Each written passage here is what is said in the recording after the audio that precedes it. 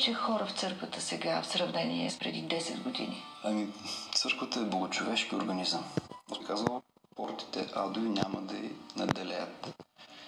Църквата е дело Божие, това не е човешко дело. Не може да се живее с разврат. Не може да се живее с корупция. Аз съм убеден, че с Божията помощ ще настъпи едно очистване. Убеден съм в това нещо, защото Бог ще помогне за това нещо. Станат ли хората, кажат ли твърдо, с Бога сме, няма да ми е безразлично какво се случва с човека до мен. Аз нося отговорност, не някой друг. Аз виждам тази необходимост, нещичко да направя.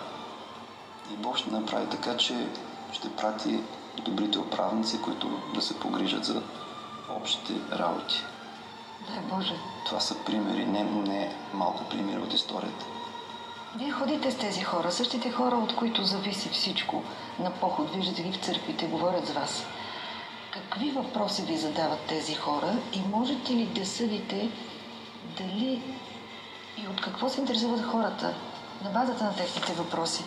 Как да съхранят мира в душата си, как да помогнат на ближния или са затънали в битови неволи? Можете ли по тези въпроси да разберете дали се губим и дали се отдалечаваме от пътя? Ще има различни хора, многолико общество живеем. Има хора, които пък искат да помагат. И питат, кажете ни как можем да помагаме. И такива хора има. Не само които се оплакват, които да търсят помощ, но хора, които искат, имат желание нещо да допринесат. Това изненадва ви приятно или по-скоро са повече тези хора? Това ни съпътства още от нашите години в Хаджидимовския манастир. Достатъчно хора, които идват там, за да помагат. И това винаги ни е съпътствало. Винаги има такива хора, които носят тежестта заедно с нас. Сме така живеем едни други с проблемите си. Други хора търсят помощ, било материална, било така духовна подкрепа. Така че, общо взето човек, когато се задава въпроси и търси, той вече на пътя. Не е безразличен. Нали? Факта, че вече идва за да попита. Факта, че не стои безразличен, не е вдигнал бялото знаме, не се е отказал, не се е отчаял, а търси помощ и той вече е на пътя. Бог го е насочил и дай Бог така да се умява да помагаме. Хората да получат това, което се нуждаят, да благодарят на Бога. Те са на пътя. Човек, който благодари на Бога, вече е на пътя. Давате много сили в началото на една нова година, но вие наистина ли не изпадате в отчаяние? Не се ли разочаровате от хората? Какво да ви кажа? Или от нещо друго? Бог да пази, не съм така... началните години на монашески живот се отчаивах за някои моменти за спасението си. Защо? Как човек като изпадне в така види греховете си, а на дявола ги покаже, че са едва ли не непростими, невъзможно човек да преодолее и човек идва до такива моменти да се чуди какво става с мене, а пък Бог дава да разбере, че от него са ключовете към живота и към смъртта. Господ че реши, когато едно обръщане, вижте, това е Божията милост, е голяма бездна и Бог ме е запазил така от да се предавам на отчаяние и Бог да помага действително да укрепваме във вярата. Той е казал, че няма да ни изостави. Това са верни думи и за вярващи действително всичко е възможно. Така че с Божията помощ да се предпазваме, дойдат ли такива черни мисли, нека споделим, нека отидем в храма, нека потърсим свещеника, нека споделим, изповядаме, защото учението също е грях. Човек да помисли за себе си, че край за него няма милост от Бога, това е абсурд. Това просто не е вярно, това е измама. Дявол опитва да така отклони съвсем този човек, да го отчае, да го така съвсем отдалечи от Бога, но това е измама, това не е така. Бог е бездна от милост. Така че човек да сподели, да не се така затваря себе си, да отиде да изповяда каквото е. Така да сподели тази чернилка, която се е насъбрала в душата и тогава ще види как Бог ще отвори врати, ще изтече това, което се е задържало в душата. Божията сила ще дойде, човек ще каже, слава на Бога, и от тук има изход. Няма... Вижте, Бог победи смъртта. Живота на човека няма нещо, което да е непреодолимо, разбирате ли? Да е без изход. Няма такова нещо за християни. Няма такава ситуация, която да няма изход за спасение. Бог е до нас.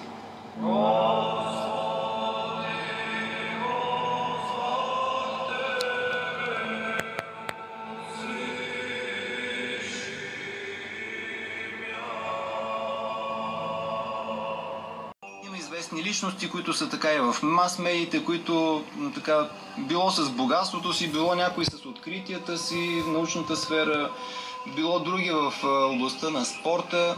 Имат така големи достижения, увличат след себе си много хора, които искат да бъдат като тях.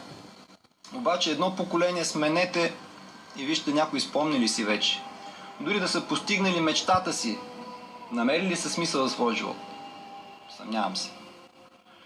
Защото, вижте, мили приятели, факта, че ние сме временно на тази земя, ни говори, че тук не можем да открием в пълнота смисъл на своя живот. Видях ви да плачете при една среща с ученици, с деца. Позволявате ли си да се натъжавате и кое? Тъгата не е грях вече. Тъгата не е грях. Да скърбим, това не е грях. Случват такива моменти. Хора сме, това е душевност, разбира се, има и сълзи на радост, сълзи на скръб. Човешко е, нормално е. Кога плакахте за последно? С децата ли? Аз не помних такива неща. Кога... Примерът е най-голямото свидетелство. Това да видят, че имат грижовен син и детето им няма да ги остави в трудност. Това са родителите нещо голямо.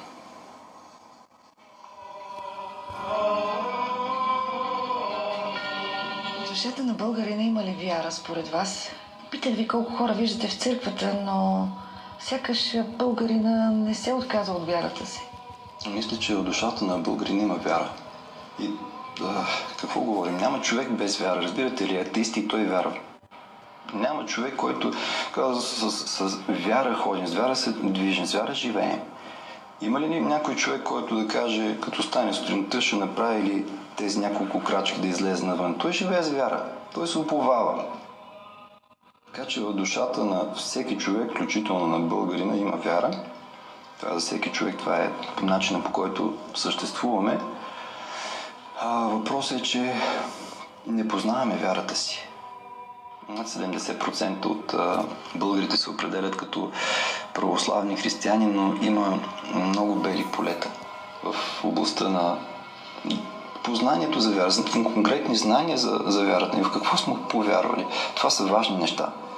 Това са важни неща и тук е мястото и на църквата, и на държавата. Преди малко ме попитахте какво може да допринесе държавата. Има голяма отговорност държавата, защото църквата има своето незаменимо място. Никой не може да даде спасение на човека, освен Бог. И Господ е оставил църквата. Той е призовал апостолите.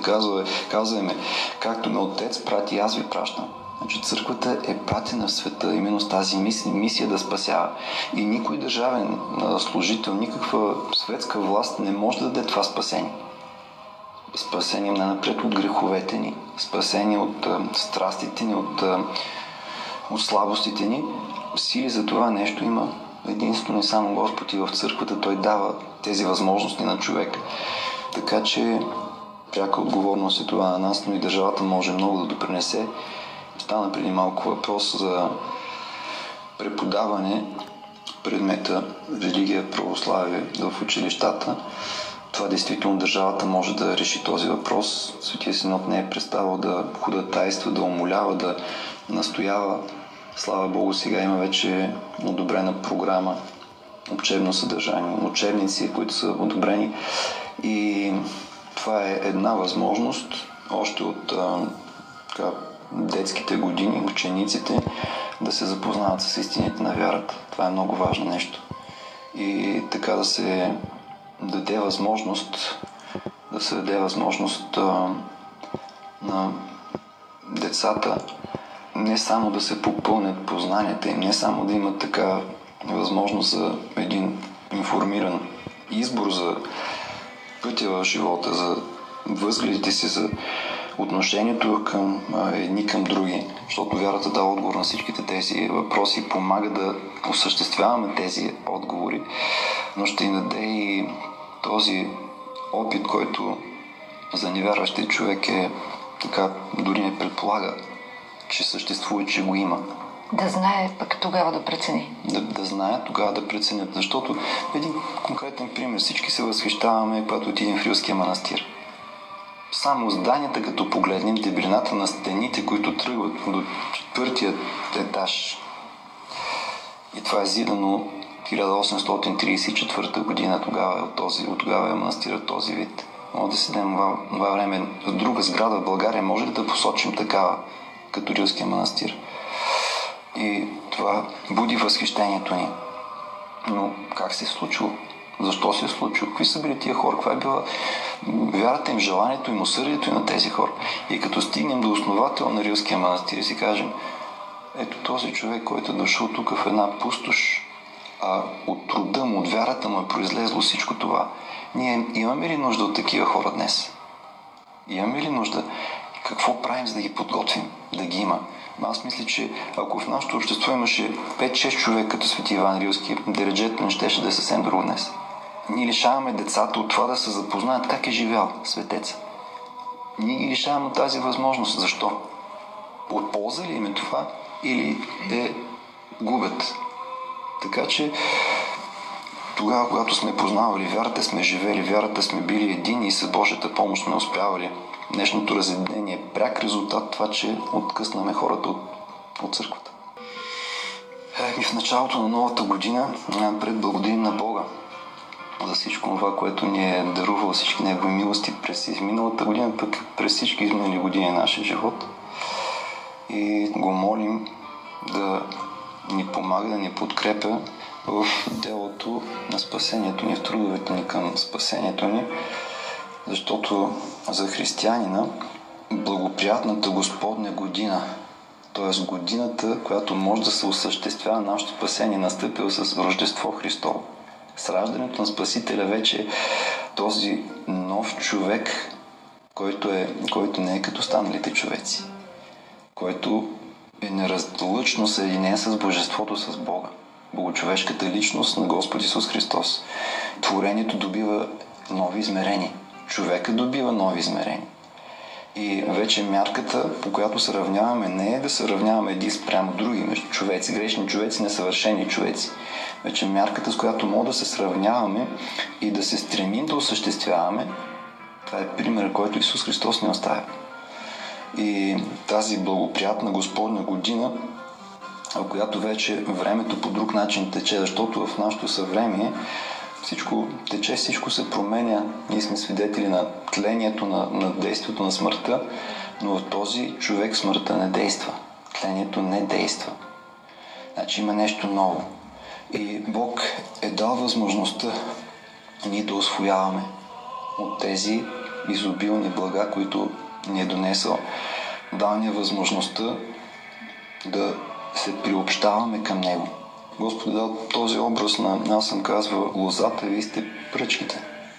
Както пръчката не може да съществува сама от себе си, ако е откъсната от лозата, така и вие, ако не сте на лозата, пръчките изсъхват и хвърлят в огън.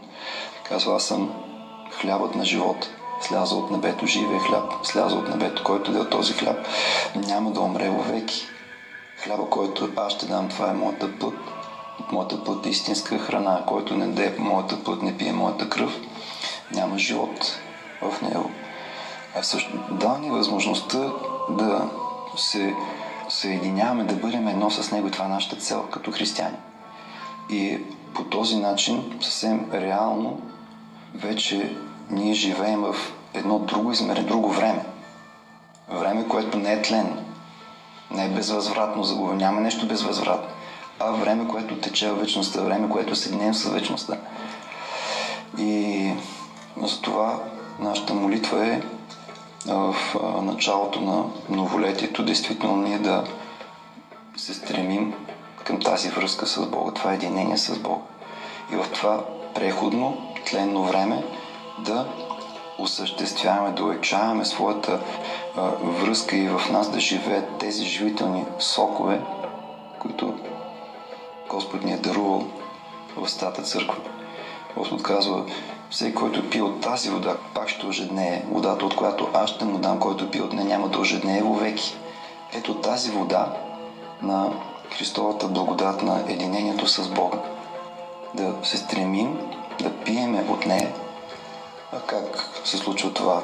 Молитвата ни, покаянието ни, участието в светите таинства ни приеме в себе си чрез с покаяние, като се каем, очистваме съвестта си, приеме в себе си Бога, който казва, ме люби, ще спази моите заповеди и аз и отца ми ще отидем и жилище в него ще направим, който даде моята път ми, пият моята кръв. Аз пребъдвам в него и той в мен. Това е реално, това е истинско нещо в църквата. Така че да не си губим времето, както казва псалмопевеца, казва, научи ни така да броим дните си, да придобием мъдро сърце. Какво означава мъдро сърце? Ти апостол Павел казва, скъпете време, защото дните са лукави. Човек се отлага. Сега за Бога ще помислиме, утре ще отложим. Ето лукавството на време, което ни скара все да отлагаме и може да минат години наред и едно елементарно нещо да не сме успели да осъществим, да сме отишли в църква и да се изповяда човек. А една изповед може да осмисли целият живот на човек.